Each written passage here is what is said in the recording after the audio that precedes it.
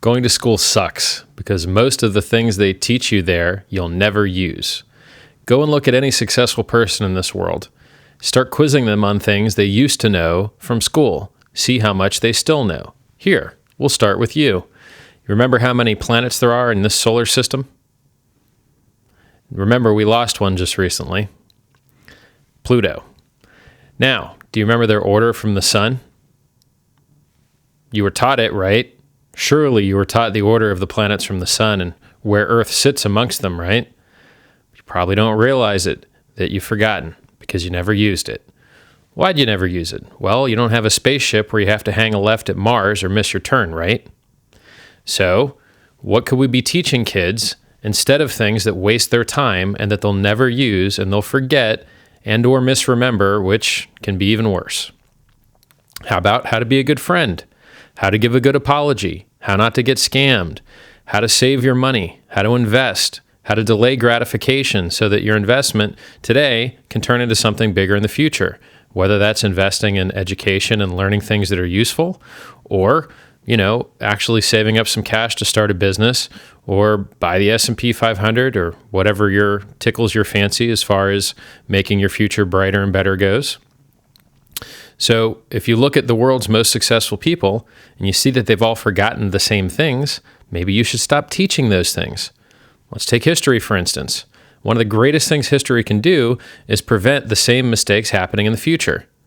But what we found is, study history as you might, the same mistakes keep happening anyway because the history isn't being referenced properly. So maybe the education and smart parts of history should be codified into frameworks that you can apply to future thinking.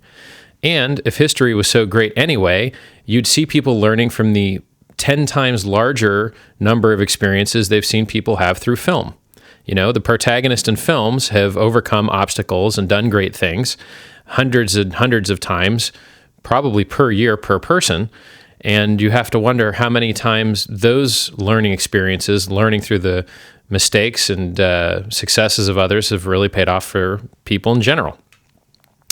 I would say that a well-made, memorable movie is probably more useful for increasing the decision-making skills of those who watch it than a short paragraph on something a person that you can't really see, can't really hear, can't really associate with too well from long, long ago might have done. I mean, even the language has changed to the point where much of the meaning is lost. So let's teach our kids things that they can actually use, right?